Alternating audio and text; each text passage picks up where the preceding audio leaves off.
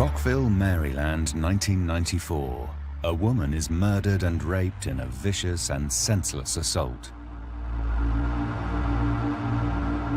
As far as crime scenes that I've seen, this is definitely one of the more gruesome ones. There was insect infestation on the body. She was struck in her head by a large piece of concrete, and she was strangled, and she was raped. You know, it was horrible. She is Lee Bictui, a popular research scientist and classical cellist. She was such a gentle soul. It's really hard to think about her being so savagely killed. And it appears she's not the first target of the killer, whose methods are brutal. Each victim was struck in the back of the head, pushed to the ground, sexually assaulted, whether it was an attempt or a success. You know, now you don't have one crime, you have, potentially, a serial rapist. Tensions rise as police hunt what they believe is a multiple killer. It was worrisome that he was still out there. You get discouraged, but at the same time you gain momentum. And after a long period of inactivity, new DNA technology breaks the case wide open. I rushed into my sergeant's office at the time and I said, I think I solved this one. I think I got this guy. What they learned was scary. He had these two lives.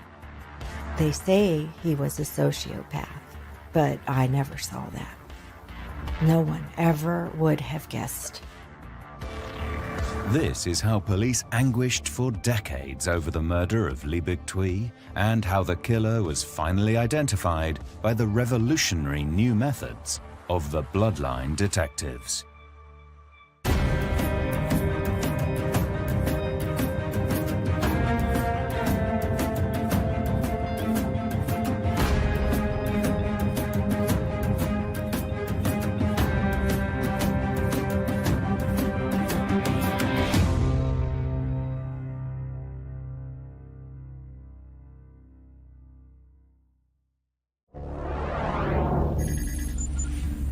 October the 3rd, 1994, Rockville, Maryland. Law enforcement responded to concerned co-workers of a research scientist. Police received a call for a check the welfare of Lee Bictui, a scientist at Children's Hospital in Washington, D.C. She hadn't shown up for work, and her coworkers were concerned for her, so they called the police to check the welfare. Police arrived at her house in Rockville and discovered blood on the front stoop of her front door, and checking the surrounding area and around the backyard of her house, discovered her body lying in the backyard.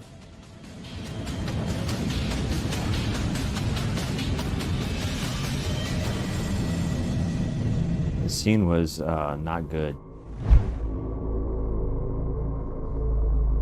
She'd been there for a couple days. It was definitely not a pretty scene to paint the picture. There was insect infestation on the body. And it had appeared that she had been deceased for several days. She was wearing a pink shirt. It had been lifted up a little bit to expose a bra area. Her pants were down, and she was nude from the waist down. It was clear that Lee had been the victim of a violent assault. As far as crime scenes that I've seen, this is definitely one of the more gruesome ones. Her injuries were severe and significant. There was obvious trauma to the body.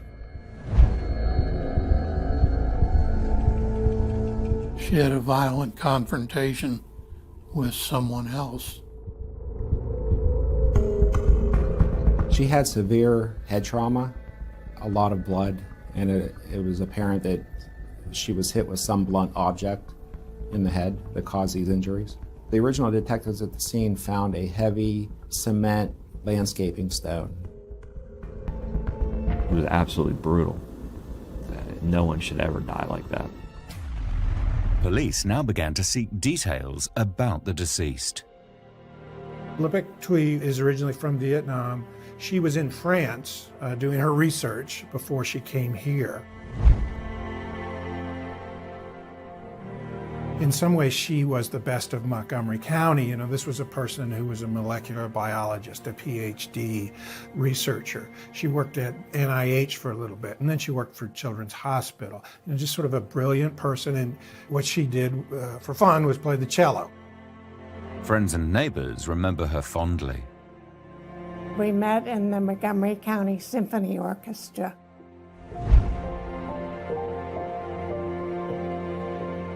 She was very sweet, very gentle. She was a joyful person. She was always smiling, and she loved music. Very quiet, very intelligent, very much to herself, motivated. Very well educated, well liked by co-workers. This pretty little lady on the outside was quite a, I would say, spitfire. At work, she was the director of a section, and as any researcher, she had to fight for funds. She talked about Anthony Fauci, who was the director, and she and Fauci were, I would think, very, very violent competitors, and he was not able to provide all the funds she wanted. Fauci himself said how much he respected her scientific contributions to Children's Hospital.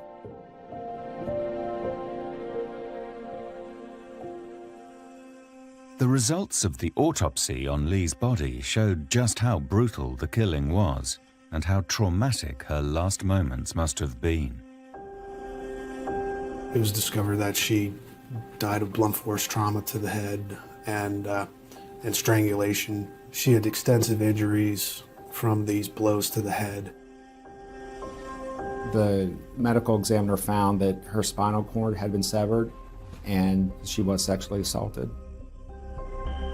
It was just the saddest news that I've ever heard, because here was a lady who was the essence of what this country was all about, the immigrant who came and gave so much to the country.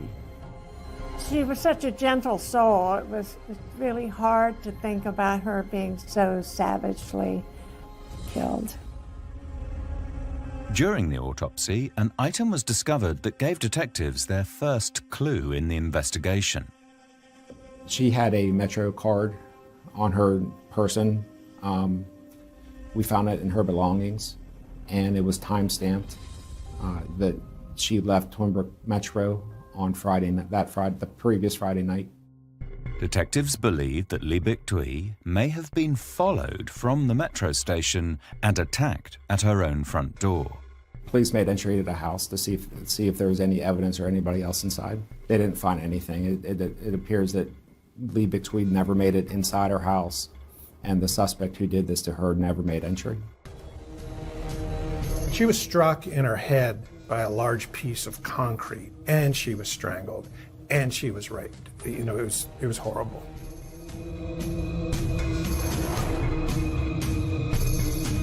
This is the kind of crime that just strikes to the heart of people, because it's so random. It's someone just walking home, trying to get home from work, and she's attacked by someone she doesn't know. You know, moments from making it. You know, she's right at her door trying to get into the safety of her house. She gets attacked from behind. She gets dragged into her backyard. It was clear that the murder of Libik Thuy was a savage and determined attack. Police needed to move fast to apprehend the killer before he struck again.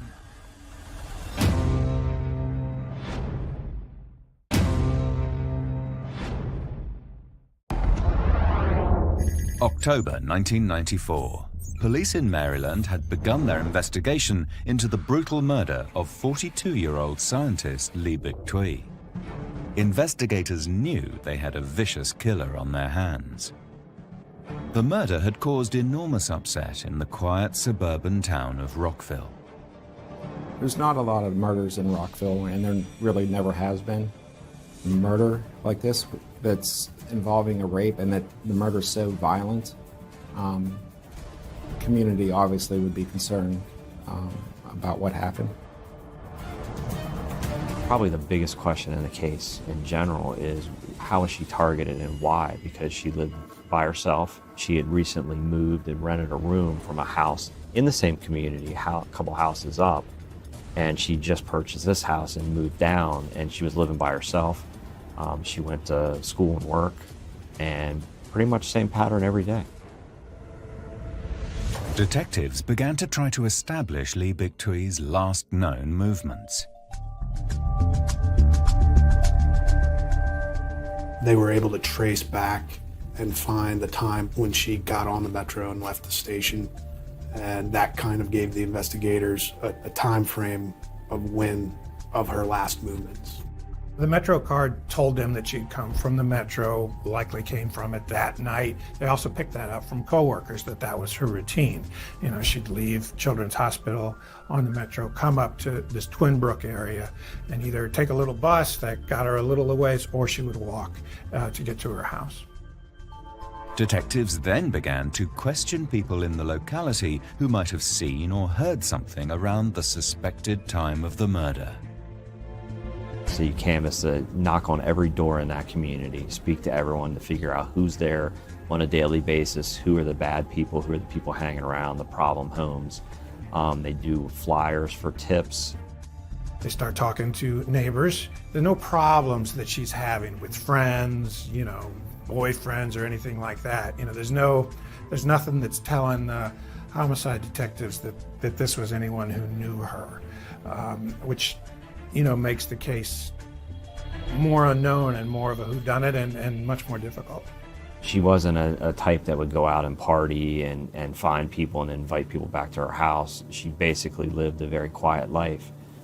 So someone had to have known that she was getting off the bus or metro at that time to walk that short distance from the metro to her house to encounter her.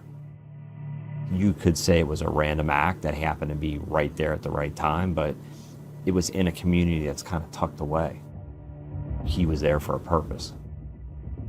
And based on the details of the crime, the investigation team had begun to create a profile of their suspect. Due to the fact that she was sexually assaulted and so brutally murdered, we were looking for a suspect who had a very violent background with an arrest record for sexual assaults. Detectives looked at any sexual offenders who were in the area at the time, anybody with a past history of violence that was this bad. We didn't find anybody in that area of Rockville who matched those characteristics. As part of the investigation, a forensic analysis was carried out on items from the crime scene. We did fingerprints, blood typing, trying to determine the origin of the blood that was all over the front step, whether it matched her or whether a subject accidentally hurt himself when he was beating her. There was no foreign blood found at the scene. The forensics people did, however, manage to get a suspect DNA sample from the rape kit. The DNA evidence from the rape kit that was performed was sent to the lab, and at the lab it was processed and placed into the CODIS database, and there were no hits through the years for a suspect. At this point, the CODIS, or National DNA Database, was somewhat in its infancy. So there was DNA, but the ways you could use DNA was very limited, and that's what it was in 1994. Year after year, they were faced with a no match, until 9 years later. It was in 2003 that DNA, the profile, was entered into a computer database, and to see if it matches against any known offenders whose profile is in that database, or two, any other cases that have that same suspect DNA. And we discovered that in 1989, there was a rape where that suspect DNA matched the DNA from Lee Betwee's rape and murder. The attack which had occurred was similar to the 1994 Rockville murder.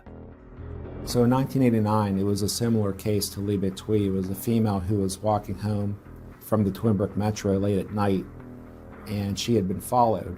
And as she was walking down a sidewalk, she was attacked from behind and then dragged into a backyard of a residence where she was raped. Now in 2003, with this new forensic evidence linking the two crimes, the detectives began to go back over every detail of the original investigation. Now we knew we had a sexual predator that was still operating in the Twin Brook area for at least 5 years, from 1989, when the first rape occurred, to 1994, which is Lee Betwee's rape and murder. When we looked at other cases in between those dates, we found a bunch of cases that matched the same thing. Women walking home from Twin Brook Metro, getting attacked, and all the things that occurred to Lee Betwee matched up to these other women who were reporting being attacked. Each victim was hit or struck in the back of the head from behind, and then pushed to the ground, and then sexually assaulted, whether it was an attempt or a success. Some of these women were knocked unconscious, and it appeared that there was always the commonality of females leaving Twin Brook Metro late at night in and around the same way that Lee Betwee left Twin Brook Metro the night she was murdered. Now you don't have one crime, you have potentially, a serial rapist, someone who's preying on people he doesn't even know.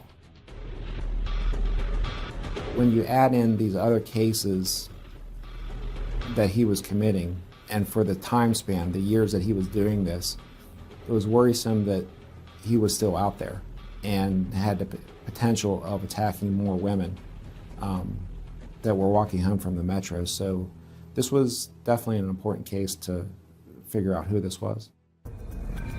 With the investigation re-energized, new leads started to come in. We had a person of interest based on some information that came in. This guy had walked up to an officer who was working in a patrol car and provided information about Betwee's death, the scene, very detailed accounts of what happened, that it really piqued our interest, that there's more to this story. And then when we realized that he lived in the house adjacent to her, this is problematic. So we decided to interview him, and based on that interview, we decided that there was enough there to get a search warrant for his DNA to compare it to the crime scene. He had details that were not released to the public. There were definitely some accounts that I believe that he may have walked by and seen the body and never reported it. The police obtained his DNA and applied for a search warrant. We interviewed not only him, his mom, his sister, his neighbors, and we came up with another person of interest based on that. That was a person that the family knew, had a troubled past, was somewhat homeless, somewhat of a drinker and a drug user, and we were able to dig and develop him as a possible target as well. We did an interview, a very long interview with him, to the point where we actually thought, this is our guy. And the search warrant didn't pan out. His DNA was negative as well. Despite the efforts of the detectives, the investigation was once again at a dead end. You get discouraged, but at the same time you gain momentum. You know, why is it that these two people that were, one was a resident in that community and one was a friend of his, how do these two people have such information about this crime? What are we missing? And you feel like, okay, we have something to grab a hold of. It just wasn't, hey, this is bad information. There was more there. We just needed to figure it out. Despite the many obstacles and false starts, detectives remained determined to track down the vicious killer of Liebig Twee. This case kind of resonated with us because Liebig Twee did not have any family here and very few friends. So she really didn't have anybody advocating for her case. And that resonated with the detectives to keep this case alive to see if we could solve it.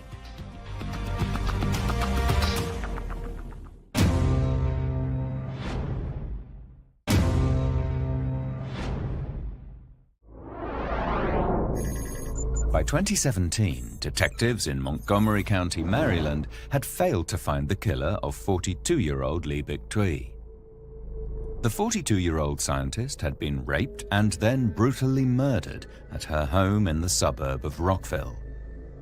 Police had a DNA profile of the man they believed was her killer, but successive attempts to find a match for the sample had been inconclusive over the years. But then a new technique began to change everything. So in 2017, we decided to send the DNA profile to a company called Parabon, who specializes in phenotyping and genetic genealogy. And we were hoping that we would get a few leads from Parabon that we could further this case. The phenotyping process had the potential to give details about the physical description of the suspect based on his DNA sample. It breaks down the background of a person. You get somewhat of a profile, and then you're able to use that profile to say, okay, he's white, he's black, he's Hispanic, or a she. So we're able to determine, okay, this is what we're looking at. In summer of 2018, they gave us a composite of the suspect. He was Caucasian. They had said that there was a high percentage that he would have blue or green eyes. And they gave different facial features that this suspect should have according to the DNA sequencing. This DNA technology doesn't allow, you have no idea how old the person is. You just have these sort of basic facial features. So they were able to put out two sketches, you know, if this person was this age, he'd look like this. And here's how he'd look if he was a little older. Detectives released the images to the public in the hope that their appeal would lead them to the killer. Detectives from Montgomery County Police Department's Cold Case Squad are using DNA technology to help solve 3 Rockville cold cases that are more than 2 decades old. This suspect is wanted in 3 crimes: for an assault in June of 1989 in the area of Lewis Avenue, a rape in September of 1994 in the Twin Brook Parkway area, and a murder in October of 1994 in the 1600 block of Martha Terrace.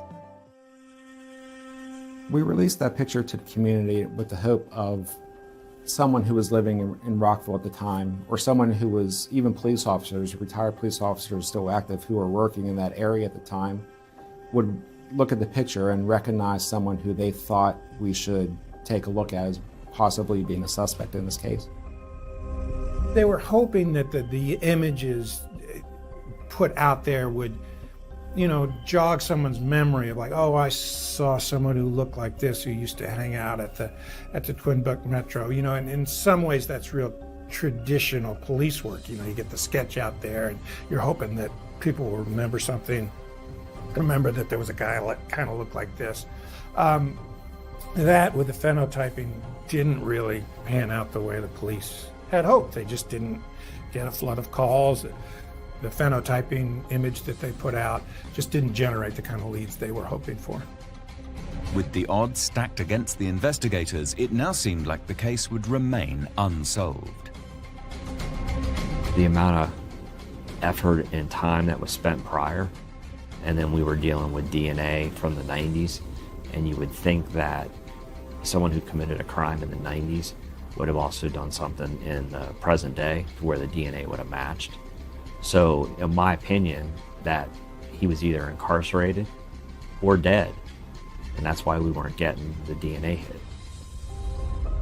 But there was one other type of analysis that they could try as a last-ditch effort to identify the perpetrator. When they do the phenotype, they send you back if it's recommended or not for genealogy.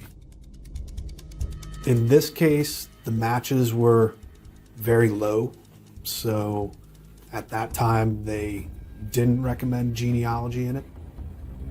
It wasn't until I had worked on another case that we had brought to a successful closure that I had suggested to Sergeant Hamrock that even though the matches were low on this case, that we still would have a good shot to trace out the family. So we decided to go with Parabon and have them do their initial 15 hours of genealogy on it. The process was essentially a trawl of the family tree of the genes associated with the DNA sample. You've done this very high-tech DNA science, but this match what you're doing, now you're going back to family tree stuff, to genealogy stuff. People have been doing this for 100 years where they go into a library, they look at obituaries, they look at census records, and what they're basically doing is building family trees. And so what you do is you say, okay, I got crime scene DNA profile, and they take this and they look at this big database and they say, oh, well, there's parts of this DNA which matches this person who researched their family tree. Now, it's never the suspect, right? It's never that easy. Very often the person is just some random relative, might live in Georgia, but they share DNA with the person who did it. Detective Steve Smogoreski was responsible for finding the match. When Parabon sent the genealogy report back, they had done their 15 hours. They had traced 2 shared matches that were about 4 to 5 generations back and said that the suspect should come down from this line at some point. So I took that information and I started to trace from that relationship, and I brought it forward, which were several different branches. And I found a lot of the family would come back to West Virginia. And after several days and several different rabbit holes that I went down, I ended up finding one document of an individual who lived in Silver Spring. And so I started doing a little research on that person. Silver Spring, Maryland is part of our county, a little south of Rockville. So what I did with that name was I plugged it into another database to see if there were any other connections, any other addresses. The addresses led Steve to a name. The name Kenneth Earl Day popped up, and I started researching Kenneth Earl Day. Noticed he had several criminal history records. I scrolled down a little bit in this database and I noticed that he had a lot of Rockville addresses from the time frame of the murder. And a couple of those addresses in particular, one of them was less than 2 miles from the murder, from where the murder occurred. Steve now ran the data through some other information sources. I started putting him in more law enforcement databases and checking to see his total history. I noticed he had green eyes, and then a picture popped up of one of his mugshot photos, and I put it next to the composite, and I was getting excited at that point that this might be our suspect. We found out that he was, at the time of these attacks, was living on Twin Brook Parkway, And also, he had one police interaction where he was stopped for either masturbating or indecent exposure in an area not too far from where Liebig Twee was found. Now the investigation team became convinced that this was the man they'd been searching for. When I clicked on his name and I just started reading everything and his previous criminal history and seeing his features that matched up with the phenotype and the addresses and started to tie everything in together. It was a lot of excitement. You know, I rushed into my sergeant's office at the time and I said, I think I solved this one, or I think I got this one, I think I got this guy. I was so excited, I sent everything to Detective Davis and said, you know, Dave, you gotta look at this, you gotta look at this. I'm telling him all about this guy. I'm like, you know, trying to gear up about trying to go get him and trying to figure out how we're gonna get his DNA. So I said, well, give me a second. Let me do some research and investigation on the name you're providing. Kenneth Day was a construction worker. He worked in and out of different local companies. Had a troubled past, but nothing that jumped out. Obviously, his DNA wasn't in our national database or we would have gotten the hit, but did have a criminal history. But the significant news about Kenneth Day was a crushing blow to the investigation. The worst part is we found out that he was deceased. So from there, we realized, okay, well, he was deceased in West Virginia. So we pulled the records from West Virginia, and he actually had died from an overdose. Knowing the background of, you know, the overdoses and the suicides and death, typically there's a blood card. So I called the ME's office in West Virginia and found out, you have a blood card on file. So it was real simple. They asked for just a letterhead with his information and request, and they actually FedExed overnight to us. We took the blood card and we sent it to the lab for comparison. Our biology lab processed the blood sample here, and they're the ones who notified us that the suspect DNA from all these cases matched the DNA from Kenneth Earl Day. 24 years after the murder, detectives had identified the killer. Although he was dead and beyond prosecution, police were about to learn more about the man behind the vicious murder of Liebig Twee. It's mind-boggling that this could have happened. No one thought he was anything but the sweetest, simple person. He was just nice and easy and laid back.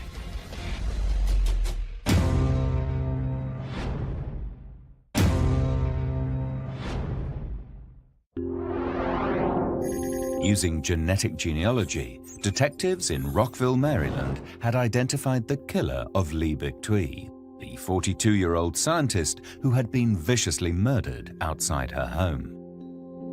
Investigators were now anxious to find out more about Kenneth Earl Day, the man who is now believed to have killed her. All they knew about Day was that he was dead. To try to find as much information as we can about him, we attempted to find family members of Kenneth Earl Day, and were able to locate his ex-wife, Jenny Wasco. I remember looking at the caller ID and it said Montgomery County. And I said, oh gosh, I hope no one is hurt. And I picked it up and they said, is this Jennifer Day that used to be married to Kenneth? And I said, yes, it is. And then he told me I may want to sit down to hear this, and I did. The shocking details of the crimes police believed Kenneth Day had committed were now revealed to his ex-wife. I can definitely say that she was taken aback. They say he was a sociopath, but I never saw that. All those years that I was with him, and you would think there would be some indication. He never even had a reason to go to counseling. He was a normal, good guy to me and to his daughter and to our neighbors and family and friends. And No one ever would have guessed. Investigators now traveled to speak with Jennifer in person. So I traveled to West Virginia and I met with Jenny to go over the facts of the case and answer any questions that she had about this case. And it was still hard for her to understand that this was true. Without the DNA showing that this was definitely Kenneth Earl Day who did these crimes, I still think it would have been hard for her to understand that he was really responsible for these cases. She showed me pictures and she wanted to describe to me how he was a decent person, so she brought out her family album and we looked through Christmas pictures of him and his daughter posing for Christmas pictures and pictures of their wedding. And looking through the photo album, he just looked like a normal husband, normal father, nothing that stood out where he would be out there committing these type of violent crimes. The Kenneth Day that I married was the sweetest, easiest to get along with person in the world. Everyone liked him. He was very personable. All the neighbors knew him. The children in the neighborhood would knock on the door and ask him to if they could walk our dogs with him. They all loved him. Everyone loved him. My whole family. My grandmother especially. He was so fun. All that we did together pretty much throughout our whole relationship is laugh. That's why I loved him, because he made me laugh so much. The last person on the planet that I would think could do something like this. It was clear Kenneth Day had been living a lie. When the detectives talked to Kenneth Day's family, what they learned was scary. He had these two lives. He was kind of normal in his own life, and then he would go out at night and prey on women, and he would just snap, into this monster. I just remember their shock of finally realizing that he was committing these crimes. They had no idea that he was this violent and was able to flip a switch as easily as he was doing, from being a decent husband and father to them, to flipping the switch and going out and walking the streets and attacking women so violently as he was doing. I think that was very hard for them to come to grips with. Every single day when I wake up, I think of it. I can't wrap my head around it. And now that he's dead and I can't ask him, I don't think I slept for the first 2 weeks that I heard it, wondering if my entire life was a lie. And it was so troubling, at least to try to reconcile this, that I decided, instead of going that, and trying to figure out what may have been in his mind or how he could have done this, I will never know that. So all that I can do is remember the man I knew for 9 years. Yeah, I think in this case, this guy victimized his own family as well. Suddenly they have to learn that they've been living with this monster. Jenny Wasco and her daughter, they had no idea that he was doing this. He was a decent man with them. He was a decent husband and he was a decent father. They're victims of this also. They had no idea that this was happening while they were with him. But DNA had proven that he was the killer of Liebig Tui on that October night in 1994. She got off the metro, walked to her house like she had probably done several hundred times, and didn't realize or didn't know that someone was watching her at some point during her walk. He's out there prowling around, following potential victims from Metro. And this happened to be the night that he decided to act, and he acted.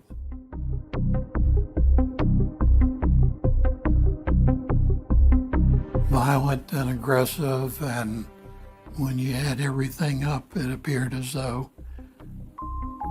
she did in fact fight back. So he had to escalate his violence to gain full control of her. She was a targeted, unknowing victim of his. He's a psychopath. He was able to flip a switch from the decent man that he was at home to this monster who was out in the streets, and it was that side of Kenneth Earl Day that attacked Liebig Twee. And investigators believe that he was responsible for many more attacks. That is in my mind every day. Could there be more? And I go over in my mind, especially after we were divorced and he lived in our house in one floor. I think about that a lot and what I could have noticed, what was strange. And the only thing that was strange back then is some of the time he would leave without telling us for several days. And I would just put his daughter on the bus and that, but he wouldn't tell anyone or call home. I think it's probable that Kenneth Earl Day committed the other attacks of women that were leaving Twinbrook Metro. Unfortunately, in those cases, we don't have suspect DNA, so it's hard to say for sure. But everything absent the DNA is similar to the cases that we know Kenneth Earl Day committed. Kenneth Day was sort of a serial predator. A scary, scary person, just someone who had some feeling in his head that he had to stalk and hurt random women. We have one open case that we're still trying to investigate, and he's a strong target in that case. But it was genetic genealogy that finally solved this case for the investigators.